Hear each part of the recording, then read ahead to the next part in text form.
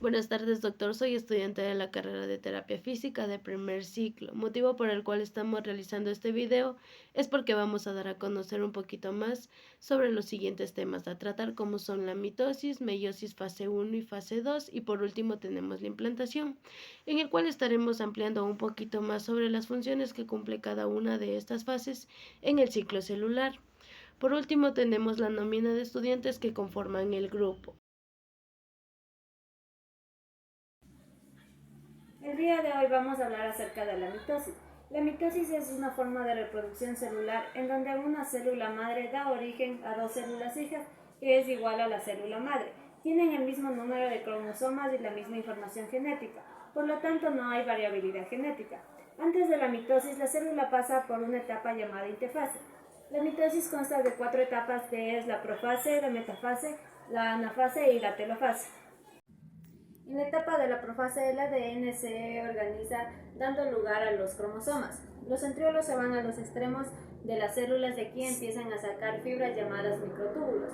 Al finalizar la profase, la membrana nuclear se desintegra, dejando libre a los cromosomas en el citoplasma.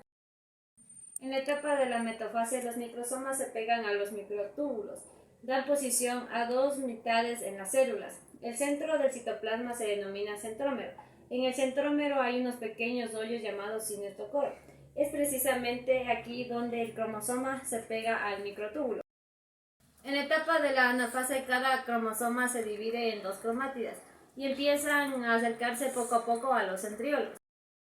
En la última etapa de la mitosis, que es la telofase, las cromátidas alcanzan a los centriolos. Aparece una membrana nuclear en donde forma dos núcleos. Luego el citoplasma se estira y parte en dos células que se denomina citocinesis. La meiosis es un proceso de división celular que ocurre en las células sexuales, es decir, en los óvulos y los espermatozoides. Este proceso se da en dos etapas, la meiosis 1 y la meiosis 2.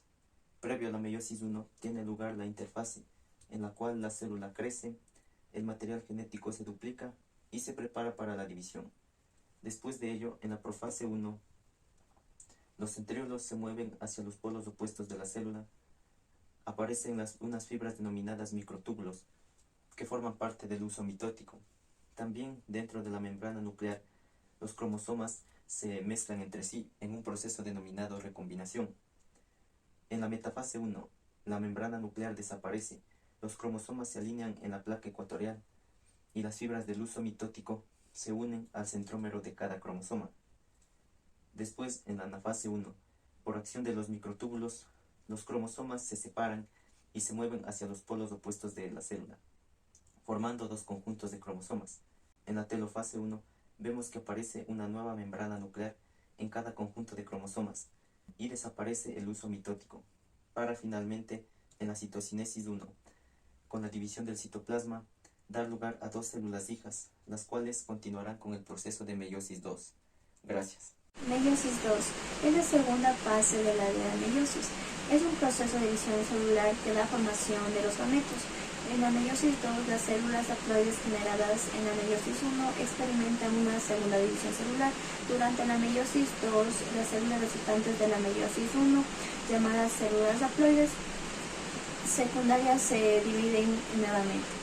En este proceso consta de dos divisiones celulares. La división de las células haploides secundarias y la división de las células haploides definitivas. La función principal de la meiosis 2 es reducir aún más el número cromosómico de las células a mitad, produciendo así gametos funcionales con la mitad de información genética.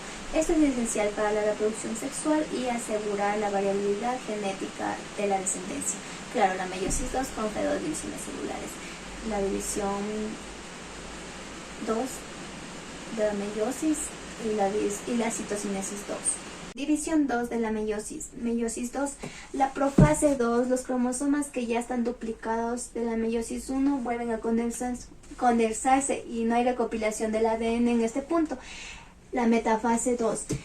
Los cromosomas que se alinean en el plano ecuatorial de cada célula haploide secundario Anafase 2. Los cromátidas hermanas de cada cromosoma se separan y se dividen hacia los polos opuestos de las células. En la telofase 2 ocurre lo mismo que en la telofase 1, es decir que los cromosomas se descondensan, vuelven a la forma cromátida y se rodean de nuevo de la membrana nuclear. Los cromosomas concluyen su desplazamiento hacia los polos opuestos, se forman las envolturas nucleares y los cromosomas se relajan. Concluyendo con la citocinesis. La citocinesis suele empezar en la anafase, continuando por la telofase, es decir, según se trate de las células animales o células vegetales. Además, la citocinesis da origen a 4 células haploides, cada una con un miembro de cada par de cromosomas homólogos. Gracias. Hablar sobre la implantación embrionaria. ¿Qué es la implantación embrionaria? Pues esta es cuando el embrión ya tiene 7 días de fecundación y a los 7 días de fecundación inicia el proceso de gestación, que es el desarrollo de la nutrición, tejido visceral y también la formación de la placenta. Ya, como primer punto tenemos al quinto o sexto día, que es la eclosión. La eclosión es el desarrollo del embrión que va aumentando de tamaño y su zona pelúcida va adelgazando. Esto permite que a través de ciertas contracciones pueda romper la zona pelúcida y puede eclosionar o salir de ella. En el segundo punto, que se da el sexto o séptimo día, tenemos la aposición, donde en el embrión su masa celular interna permanece inmóvil hasta buscar su posición sobre el tejido endometrial. Aquí en este proceso tenemos a los pinópodos. Los pinópodos juegan un papel muy importante porque son proyecciones citoplasmáticas del tejido endometrial que van a permitir la adhesión al endometrio. También tenemos el séptimo y octavo día de la invasión. Quiere decir que en la invasión el endometrio prolifera hacia el endometrio y se desplaza células epiteliales, así formando el contacto entre el embrión y la sangre materna. También en el octavo y noveno día tenemos la adhesión. Quiere decir que esta ya tiene contacto con el endometrio a través de células de invasión o células de adhesión, como las integrinas B1, B3 y B4, también la L-selectina, la proteoglucanos y los fibronectinas. Gracias, espero que les haya gustado. A continuación de mis compañeros, yo voy a dar una breve conclusión de lo que es la mitosis, la meiosis y la implantación. La mitosis es un proceso de reparto equitativo.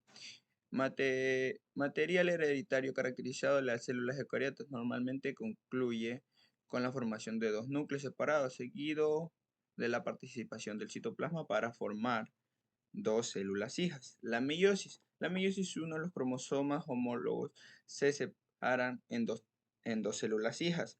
Se produce el fenómeno entrecruzamiento. Esta etapa se conoce como la división de reducción, ya que reduce a la mitad el número de cromosomas.